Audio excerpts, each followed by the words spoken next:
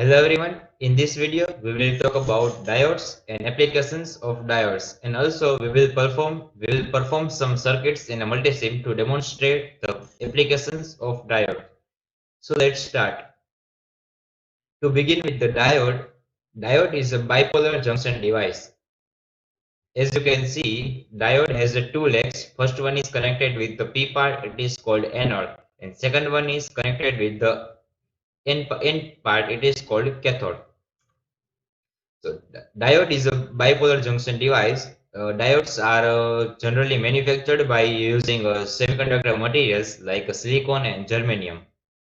When P part and N part is combined with each other, junction is created between the P part and N part.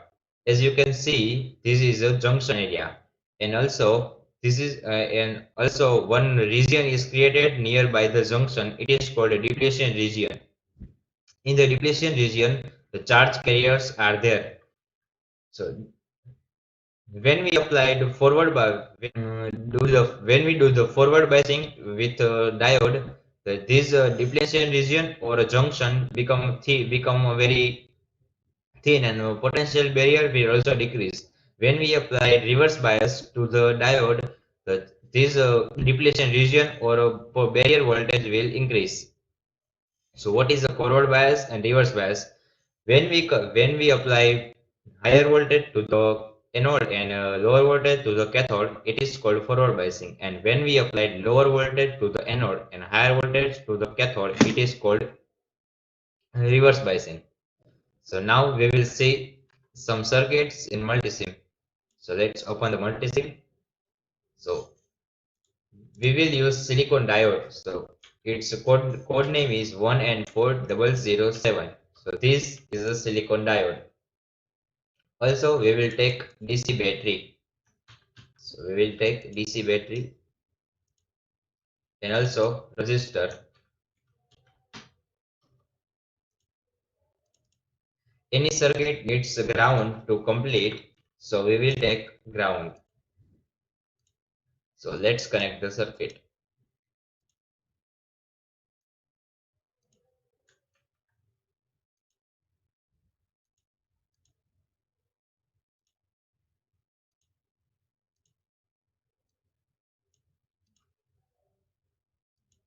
Now we will see that the potential barrier for silicon diode is a 0.7 volt.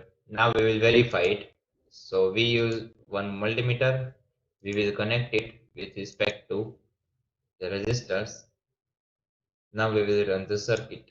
This is a silicon diode, so the battery is providing 12 volt, and the drop of the diode is a 0.7 volt. So we should get here approximate 11.3 volt. As you can see, we are getting 11.339 volt. So now we will see another application of diode. So this is a circuit which name is a battery backup system. So we made this circuit using normal silicon diodes. This circuit is will work as a battery backup system. So as you can see, this is the power source and this is our battery, which is stands for backup, right? So so the power source is right now is giving at 12 volts. Now we will see what is the output across this our system. We consider this load resistor as our system or as our complete usage. So we will see output is 11 point, it will approximate 12 volt. Now if in our area, if electricity cutoff will happen, then power source will be zero. Then battery will provide our usage voltage, right? So this circuit will work as a battery backup system. So now we will talk about the LED, is a light emitting diode. So LED is one type of special purpose diode.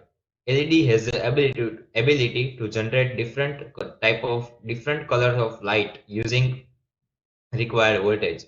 LEDs are manufactured by materials like gallium arsenide phosphide, and gallium phosphide, and some other materials. According to the materials and voltage, LED will able to generate different color of light.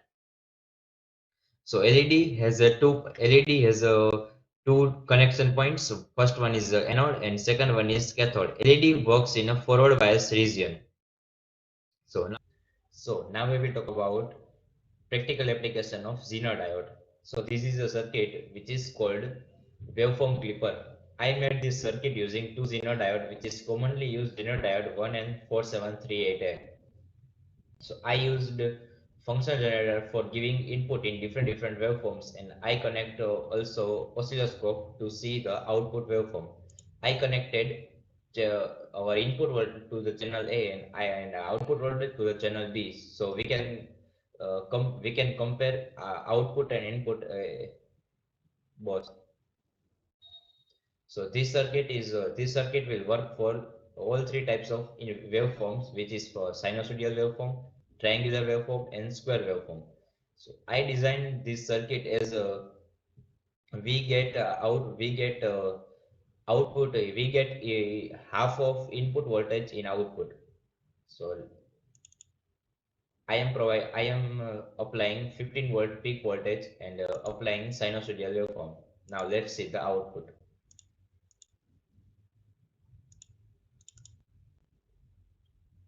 So this red sinusoidal wave is a input. So this is a 15-volt peak, as we can say. So now let's see the output. So our output is also nearly 7.5 volt. So by that we can say this will work for sinusoidal waveform. Now let's check for triangular waveform. Now we will apply triangular waveform, which amplitude is 15-volt peak, and we will did same thing. We will do same thing.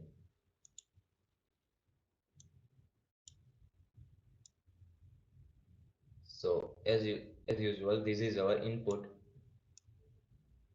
which is nearly 15-volt peak. Now we will see the output. So our output is nearly 7.5 volt.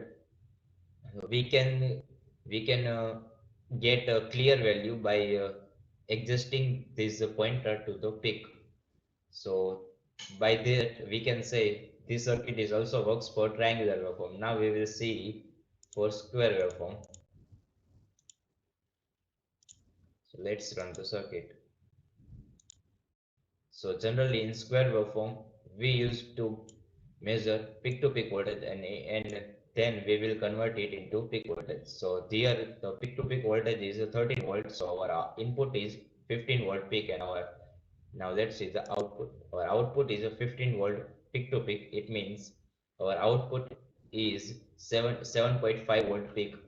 So by that we can say this waveform clipper will work for all three types of waveform, which is a sinusoidal waveform, triangular waveform, and square waveform. So that's all about the practical application of Zener diode.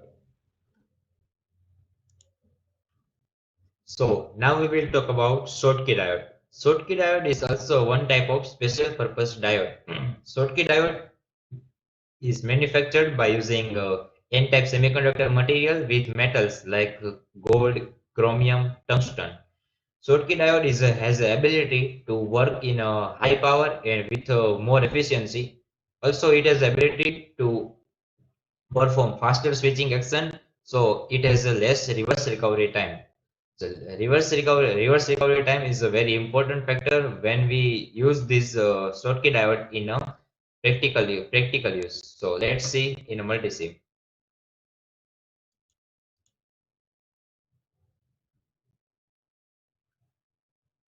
So first we will see that why normal diode is not able to perform this type of task which Schottky diode is able to do. So we will take one normal silicon diode and we will take AC power. Also we will take one resistor and we will take one ground to complete the circuit. Now let's connect the circuit.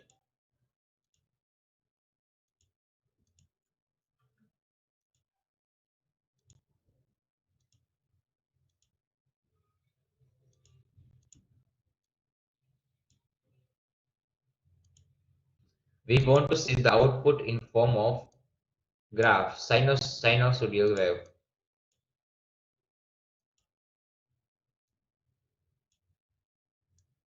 So we will take one oscilloscope.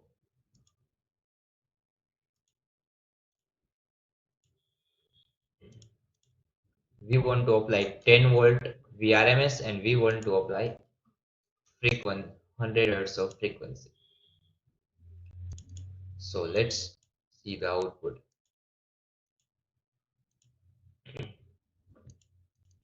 As you can see, the output is very clear and graph is also certain and accurate. Now we will increase frequency. Frequency is basically a duration which is performed in 1 second. So this is a 100 hertz frequency. It means 100 times of conversion into positive to negative and negative to positive will be performed. We will increase frequency to 1000 hertz. Now we will see the output. There is a, we can see that there is some amount of uncertainty is a graph. So this time duration, this small amount of this is we call time duration, or this time duration is called reverse recovery time, where diode requires the time to stay in its natural state. So this is a reverse recovery time. Now we will increase frequency to 10,000 hertz, and now we will see the output. We can see that there is a more amount of uncertainty is available in graph. So here reverse recovery time is a very high because the we increased the frequency. So because of that, diode is not able to do that amount of faster switching. So that we need to use Schottky diode. So we will use Schottky diode. In diode, we will go to the Schottky diode and we will use 10BQ015 Schottky diode. Now we will apply 1000 hertz of frequency to the Schottky diode, and let's see if diode is able to perform or diode is able to give us constant output or not. So as you can see, Schottky diode is providing us a very clear output. Now we will increase frequency.